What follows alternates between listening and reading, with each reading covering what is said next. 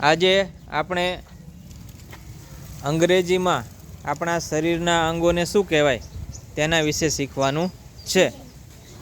હું જે અંગનું નામ બોલું તેને તમારે સ્પર્શ કરવાનો છે, એટલે કે અડવાનું છે, અને એનું નામ હું બોલાવું તે પ્રમાણે બોલવાનું પણ છે।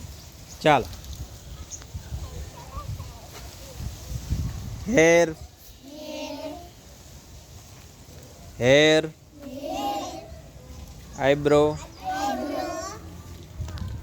Nose, nose, eye, ear, lip, teeth, teeth, tongue, tongue, neck, neck, shoulder, shoulder, chest, chest, stomach, stomach, hand,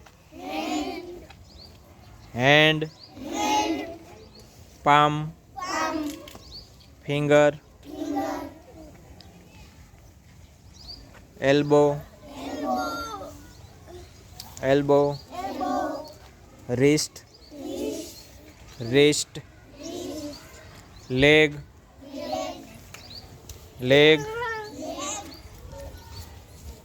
ની, ની, વેસ્ટ, ફીટ, ફીટ। સરસ।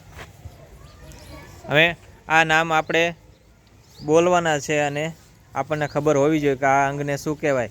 બધાના નામ આપણને અંગ્રેજીમાં આવડી જવા જોઈએ। સરસ।